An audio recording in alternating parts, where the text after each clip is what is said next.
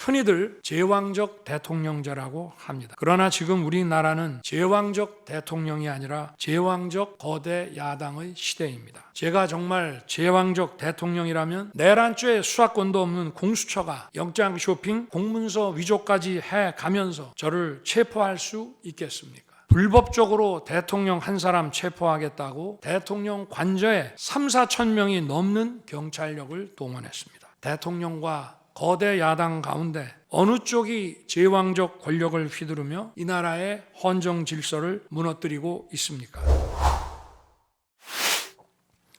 우리나라 선거 가운데 대통령 선거가 기간도 가장 길고 국민적 관심도 가장 큽니다.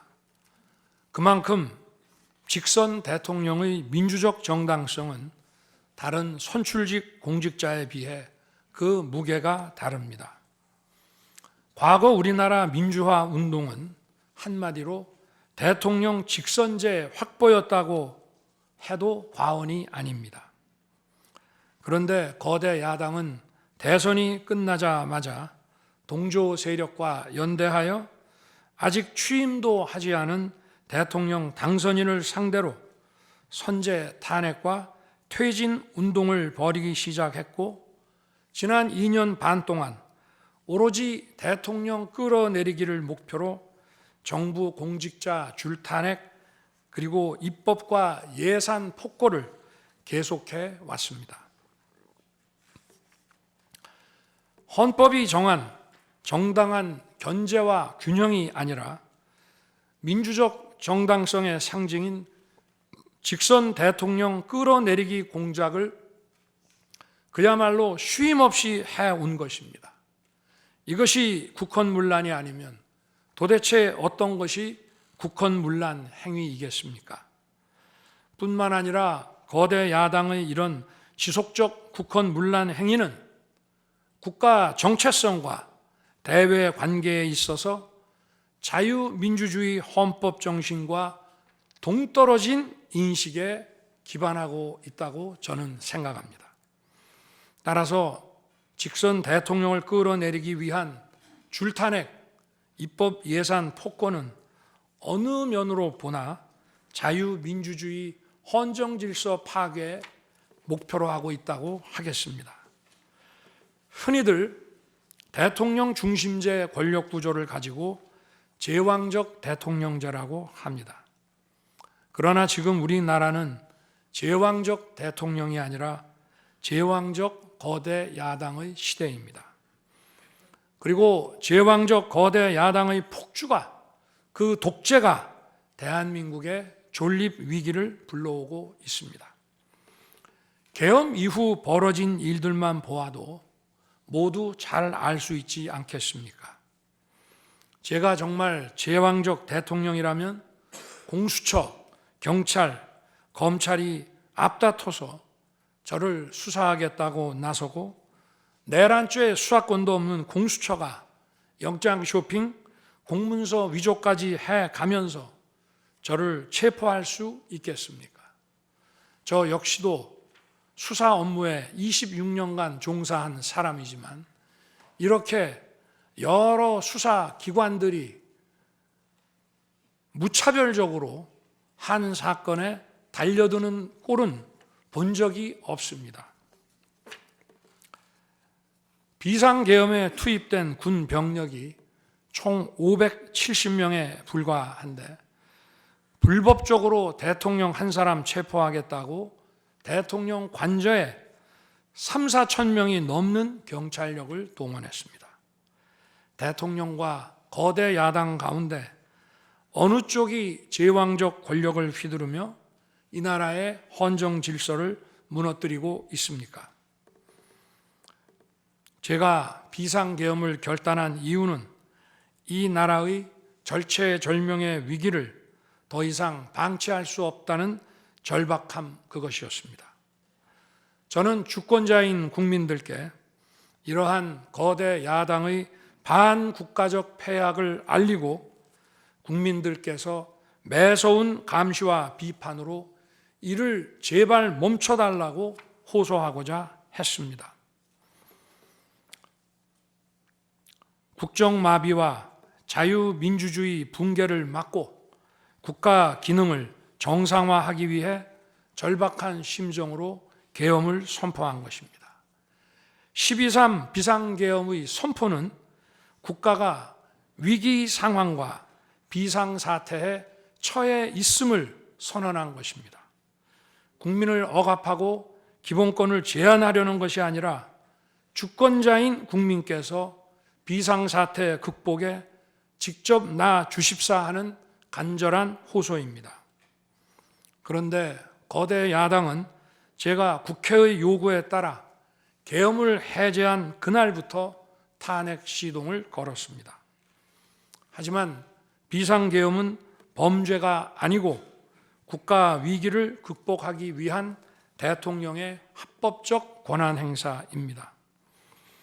저는 긴급 국무회의를 거쳐 방송을 통해 비상계엄을 선포했고 그 과정에서 거대 야당의 국회 독재가 망국적 위기를 초래하였다고 했기 때문에 많은 사람들이 국회로 몰려들 것이었고 계엄 상황에서 질서 유지를 위해 국회에 최소한의 병력을 투입했으며 국회가 해제 요구 결의를 하자 즉각 병력을 철수하고 국무회의를 소집해서 계엄을 해제했습니다.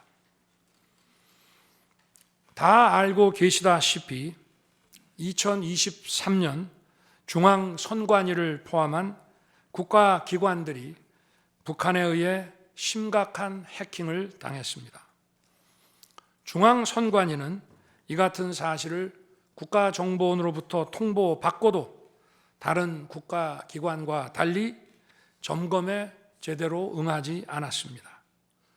나중에 채용비리 사건 때문에 울며 겨자 먹기로 응한 일부 소극적 점검 결과 심각한 보안 문제가 드러났기 때문에 중앙선관위 전산 시스템 스크린 차원에서 소규모의 병력을 보낸 것입니다.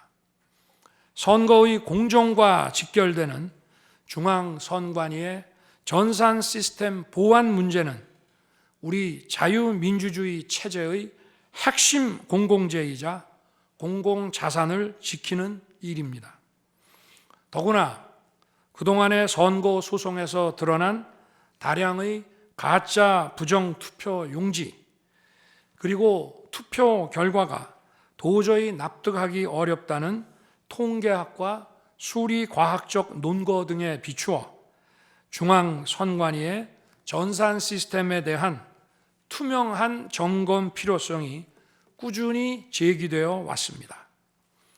이런 조치들의 어떤 부분이 내란이고 범죄라는 것인지 도대체 이해할 수가 없습니다.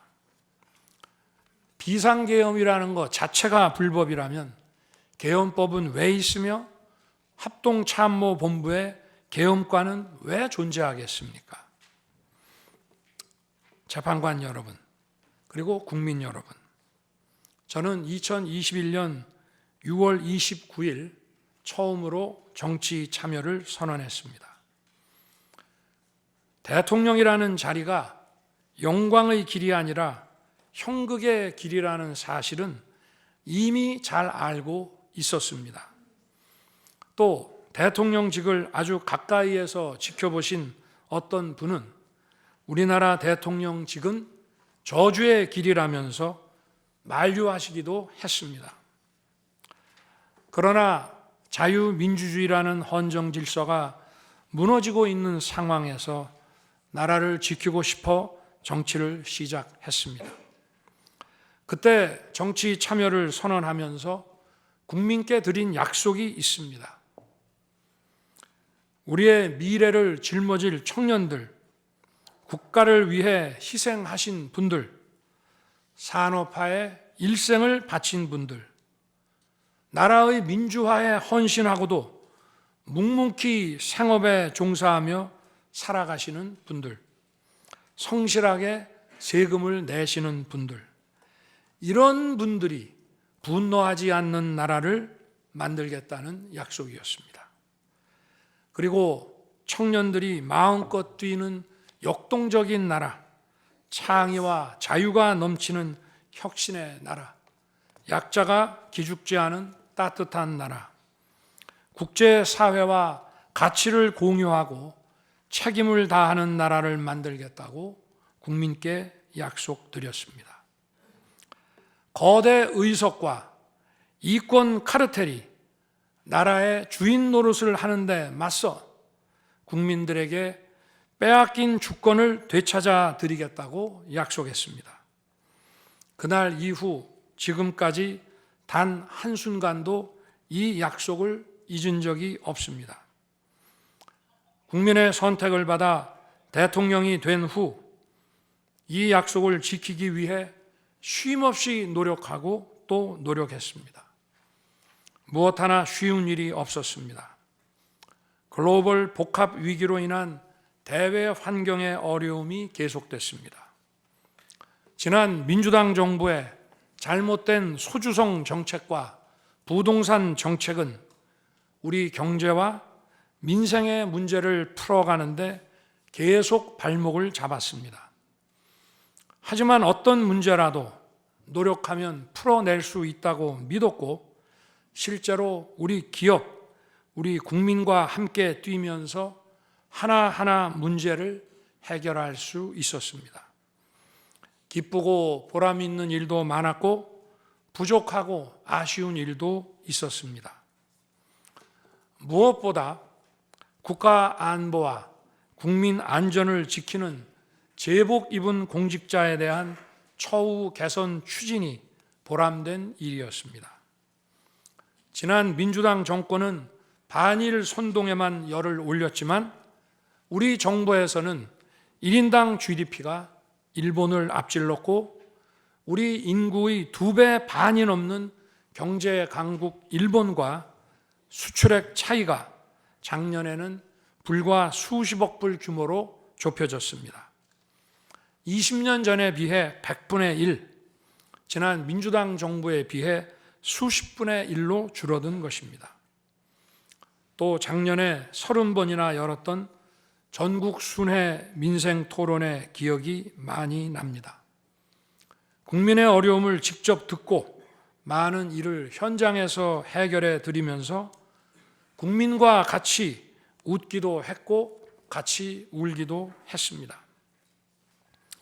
수도권, 영남, 호남, 충청, 강원, 제주까지 전국 모든 지역을 다니면서 지역 발전 방안을 함께 고민했습니다. 우리 국민들께서 전국 어디에 사시든 공정한 기회를 누리며 행복하게 살 수 있도록 만들어서 진정한 국민 통합을 이루고 싶었습니다. 다시 그렇게 일할 기회가 있을까 마음이 아립니다. 1박 4일의 살인적 일정으로 미국에 가서 한미일 캠프 데이비드 선언을 발표했을 때는 보람이 컸고 정말 마음이 든든했습니다. 방산 수출에 물꼬를 트고 팀 코리아가 체코 원전 건설 사업의 우선 협상 대상자로 선정됐을 때에는 어린아이같이 기뻤습니다. 아쉬웠던 순간도 떠오릅니다. 기업과 국민들에게 꼭 필요한 법안들은 하염없이 뒤로 밀어놓고 거부권을 행사할 수밖에 없는 위헌적 법안, 핵심 국익에 반하는 법안들이 야당 단독으로 국회에서 일사천리 통과될 때에는 답답했습니다. 국방, 치안, 민생을 위해 꼭 필요한 아킬레스건 예산들이 삭감됐을 때에는 막막했습니다. 지금 저는 잠시 멈춰서 있지만 많은 국민들, 특히 우리 청년들이 지금 대한민국이 처한 상황을 직시하고 스스로 주권을 되찾고 나라를 지키기 위해 나서고 있습니다. 비상계엄의 목적이 망국적 위기 상황을 알리고 헌법 제정 권력인 주권자들께서 나서 주시기를 호소하는 것이었는데 이것만으로도 비상계엄의 목적이 상당 부분 이루어졌다고 생각하게 됩니다. 저의 진심을 이해해 주시는 우리 국민과 청년들에게 진심으로 감사 말씀을 드리고 싶습니다. 제가 직무에 복귀하게 되면 나중에 또다시 계엄을 선포할 것이라는 터무니없는 얘기도 있습니다. 계엄의 형식을 빌린 대국민 호소로 이미 많은 국민과 청년들께서 나라의 상황을 직시하고 나라 지키기에 나서고 계신데 그런 일을 또 할 이유가 있겠습니까? 결코 그런 일은 없을 것입니다.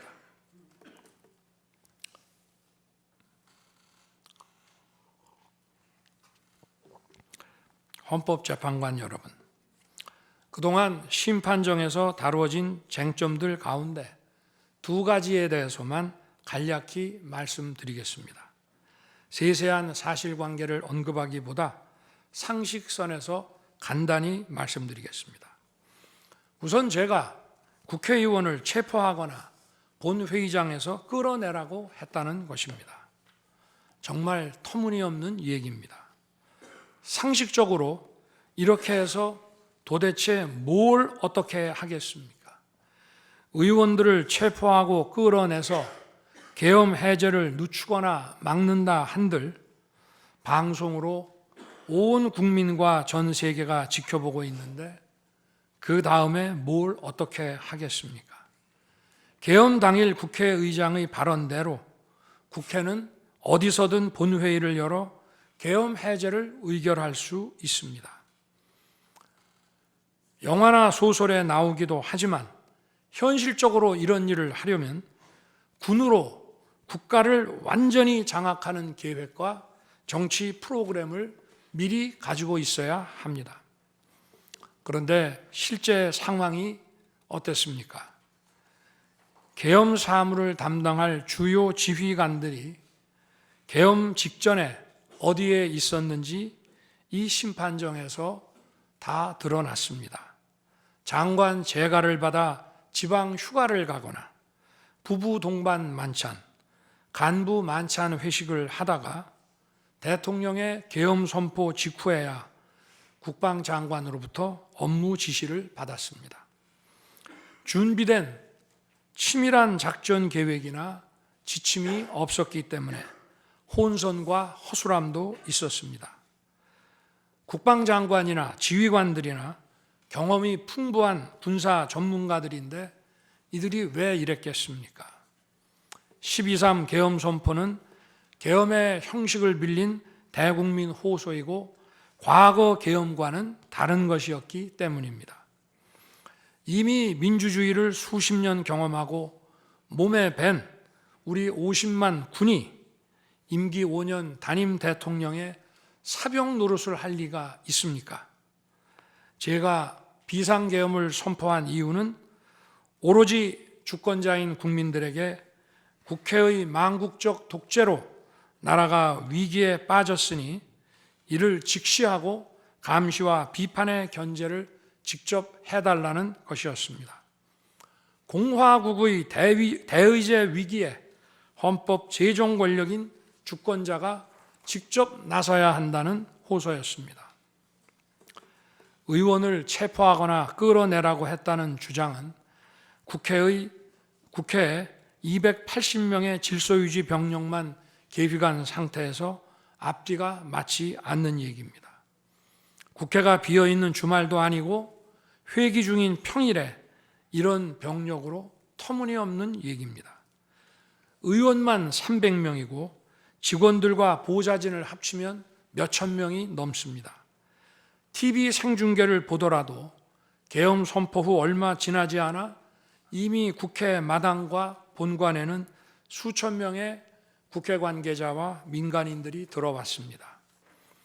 실제로 계엄 선포 후 1시간 30분이 지나서야 질서유지 군 병력이 도착했고 경내에 진입한 병력이 106명, 그 중에서 본관에 들어간 병력이 겨우 15명인데 이런 극소수 병력을 가지고 국회의원을 체포하고 끌어낸다는 것이 말이 되겠습니까? 게다가 의결 정족수가 차지 않았으니 본회의장에 들어가서 의원들을 끌어내라고 했다는데, 의결 정족수가 차지 않았으면 더 못 들어가게 막아야지 끌어낸다는 것도 상식에 맞지 않는 얘기입니다. 본관에 진입한 군인들은 본회의장이 어디에 있는지도 몰랐다고 합니다. 무엇 하나 말이 되지 않습니다.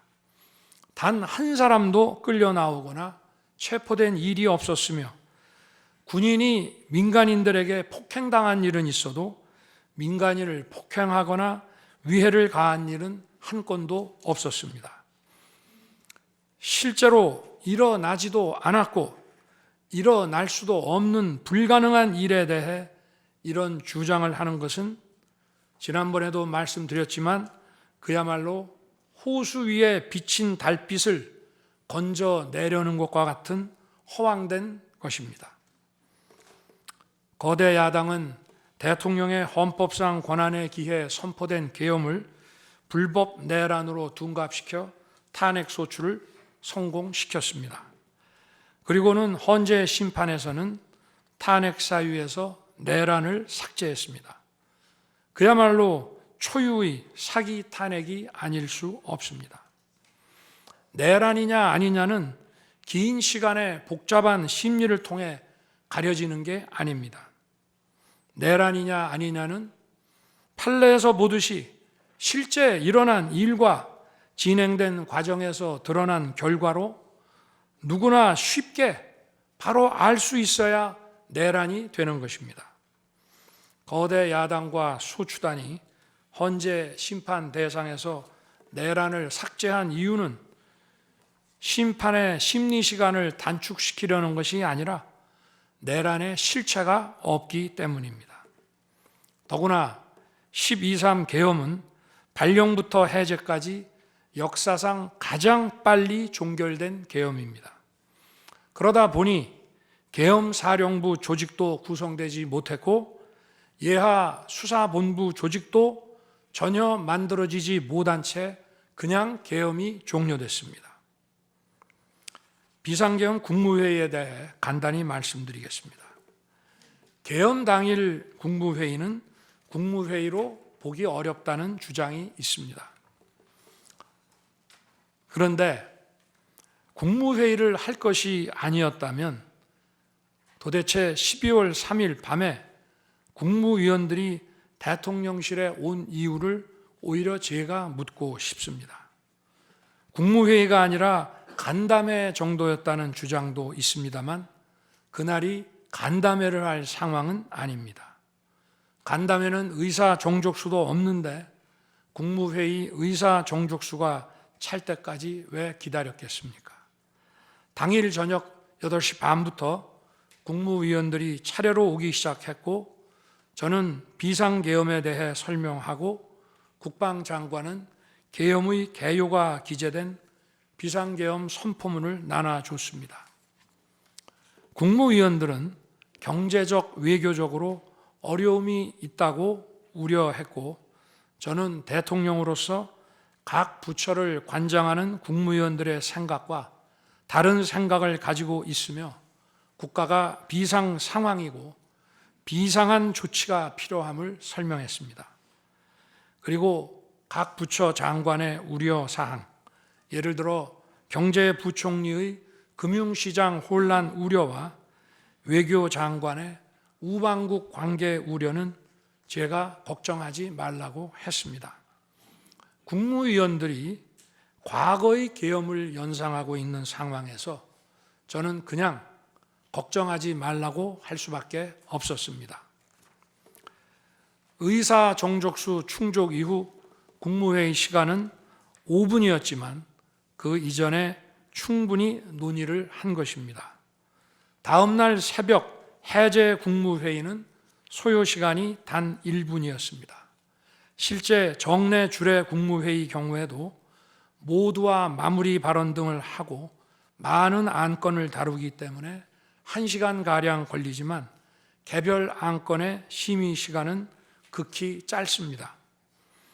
또한 비상계엄을 위한 국무회의를 정례 주례 국무회의처럼 하기는 어렵습니다.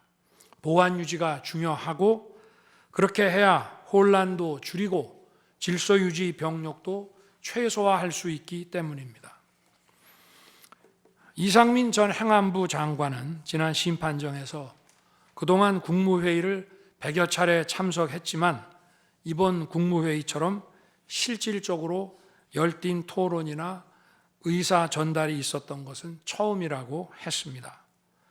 국무회의 배석을 위해 비서실장과 안보실장도 통상처럼 대통령실로 나오도록 했고 국가 안보의 문제이기도 해서 국정원장도 참석시켰습니다. 1993년 8월 13일 김영삼 대통령께서 긴급 재정경제 명령으로 금융실명제를 발표했을 때도 국무위원들은 소집 직전까지 발표한다는 사실 자체를 몰랐고 국무회의록도 사후에 작성됐습니다. 그때 상황은 이인재 당시 노동부 장관께서 이미 공개적으로 설명한 바 있습니다.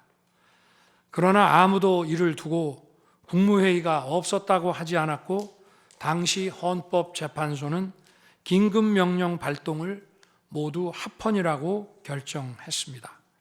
그 밖에 여러 쟁점들에 대해서는 변호인단의 변론으로 가름하겠습니다. 재판관 여러분, 그리고 국민 여러분, 저는 언젠가 해야 하고 누군가 해야 하는 일이라면 지금 제가 하겠다는 마음으로 대통령직을 수행해 왔습니다. 그래서 임기 전반부 동안 역대 정부들이 표를 잃을까 봐 하지 못했던 교육, 노동, 연금의 3대 개혁을 중심으로 국정개혁 과제를 과감하게 추진했습니다. 30년 동안 지지부진했던 유보 통합의 첫걸음을 떼었고 늘봄 학교와 융복합 고등교육 그리고 지역산업과의 연계 강화를 위한 과감한 권한 이전 등 교육개혁의 기틀을 마련했습니다. 노사 법치의 틀을 새롭게 세우고 4차 산업혁명 시대에 적응하기 위한 노동 유연화와 노동 보호의 개혁 물꼬도 텄습니다. 국가적 난제였던 연금 개혁도 역대 정부 최초로 방대한 수리 분석과 신층 여론조사를 진행하였고 수용성이 높은 방안을 만들어 국회에 제출했습니다. 대통령 임기 초반에는 국민과 유권자에게 선거 때 약속한 공약과 국정과제의 실천, 또 민생에 영향이 큰 사회개혁의 추진이 우선이기 때문에 이러한 스케줄에 맞춰 일해 온 것입니다. 어느 정권이나 임기 초기에는 선거 공약과 국정과제 이행이 우선이므로 정치개혁에는 신경 쓸 여력이 없습니다. 그러다가 전직 대통령들의 5년 임기가 금방 다 지나갔고 변화된 시대에 맞지 않는 87 체제가 여전히 유지되고 있습니다. 정치가 국민을 불편하게 만들고 나라의 발전을 가로막고 있습니다. 또 국가의 미래를 결정하는 일에 미래의 주역인 청년들이 참여할 수 있도록 정치와 행정의 문턱이 더 낮춰져야 합니다. 제가 직무에 복귀하게 된다면 먼저 87 체제를 우리 몸에 맞추고 미래 세대에게 제대로 된 나라를 물려주기 위한 개헌과 정치개혁의 추진에 후반부를 집중하려고 합니다. 저는 이미 대통령직을 시작할 때부터 임기 중반 이후에는 개헌과 선거제 등 정치 개혁을 추진하겠다는 계획을 가지고 있었습니다. 현직 대통령의 희생과 결단 없이는 개헌과 정치 개혁을 할 수 없습니다. 그래서 내가 이것을 해내자고 생각했던 것입니다. 저는 여러 전직 대통령들이 후보 시절 공약하고도 이행하지 못한 청와대 국민 반환도 당선 직후 즉시 추진하고 이행한 바 있습니다. 자녀 임기에 연연해하지 않고 개헌과 정치 개혁을 마지막 사명으로 생각하여 87 체제 개선에 최선을 다하고 싶습니다. 개헌과 정치 개혁 과정에서 국민 통합을 이루는 데도 노력을 다할 것입니다. 결국 국민 통합은 헌법과 헌법 가치를 통해 이루어지는 만큼 개헌과 정치 개혁이 올바르게 추진된다면 그 과정에서 갈라지고 분열된 국민들이 통합될 것이라고 믿습니다. 그렇게 되면 현행 헌법상 자녀 임기에 연연해야 할 이유가 없고 오히려 제게는 크나큰 영광이라고 생각합니다. 그리고 국정 업무에 대해서는 급변하는 국제 정세와 글로벌 복합 위기 상황을 감안하여 대통령은 대외 관계에 치중하고 국내 문제는 총리에게 대폭 위임할 생각입니다. 우리 경제는 다른 어느 나라보다 대외 의존도가 높습니다. 특히 미 트럼프 행정부 출범 이후 국제 질서의 급변과 글로벌 경제 안보의 불확실성에 크게 영향을 받을 수밖에 없습니다. 지금 우리가 국가 노선을 어떻게 선택하느냐에 따라 이 위기가 기회가 될 수도 있고 돌이킬 수 없는 재앙을 맞을 수도 있습니다. 글로벌 중추 외교 기조로 역대 가장 강력한 한미 동맹을 구축하고 한미일 협력을 이끌어낸 경험으로 대외 관계에서 국익을 지키는 일에 매진하고 싶습니다. 임기 전반기에도 지방시다위원회와 국민통합위원회를 통해 지역별, 세대별, 계층별 통합을 위해 노력해 왔지만 앞으로도 국민을 하나로 묶고 국가 전체의 시너지를 올리는 국민 통합에 더욱 노력할 것입니다. 존경하는 헌법재판관 여러분, 먼저 촉박한 일정의 탄핵 심판이었지만 충실한 심리에 애써주신 재판관님들께 깊이 감사드립니다. 이번 심리는 내란 탄핵으로 소추한 후 심판 대상에서 내란을 삭제한 소추단 측이 제시한 쟁점 위주로 이루어지게 됐습니다. 그러다 보니 제가 12.3 비상계엄을 선포한 이유와 그 불가피성에 대해서는 충분히 설명드릴 기회가 부족했다고 생각합니다. 서면으로 성실하게 관련 자료를 제출하였으니 대통령으로서 고뇌의 결단을 한 이유를 깊이 생각해 주시기 바랍니다. 또 많은 국가 기밀 정보를 다루는 대통령으로서 재판관님들께 모두 설명드릴 수 없는 부분에까지 재판관님들의 지혜와 해안이 미칠 것이라 믿습니다. 다시 한번 재판관님들의 노고에 감사드립니다. 그리고 사랑하는 대한민국 국민 여러분, 국가와 국민을 위한 계엄이었지만 그 과정에서 소중한 국민 여러분께 혼란과 불편을 끼쳐드린 점 진심으로 죄송스럽게 생각합니다. 저의 구속 과정에서 벌어진 일들로 어려운 상황에 처한 청년들도 있습니다. 옳고 그름에 앞서서 너무나 마음이 아프고 미안합니다. 정말 미안한 생각을 가지고 있습니다. 저는 대통령에 출마할 때 나라를 위해 목숨을 바치겠다고 결심했습니다. 지난 12.3 계엄과 탄핵소추 이후 엄동설안에 저를 지키겠다고 거리로 나선 국민들을 보았습니다. 저를 비판하고 질책하는 국민들의 목소리도 들었습니다. 서로 다른 주장을 하고 있지만 모두 대한민국을 사랑하는 마음이라고 생각합니다. 부족한 저를 지금까지 믿어주시고 응원을 보내주고 계신 국민 여러분께 진심으로 감사드립니다. 저의 잘못을 꾸짖는 국민의 질책도 가슴에 깊이 새기겠습니다. 그리고 이 모든 과정이 새로운 대한민국으로 도약하는 디딤돌이 될 수 있도록 최선을 다하겠습니다. 감사합니다.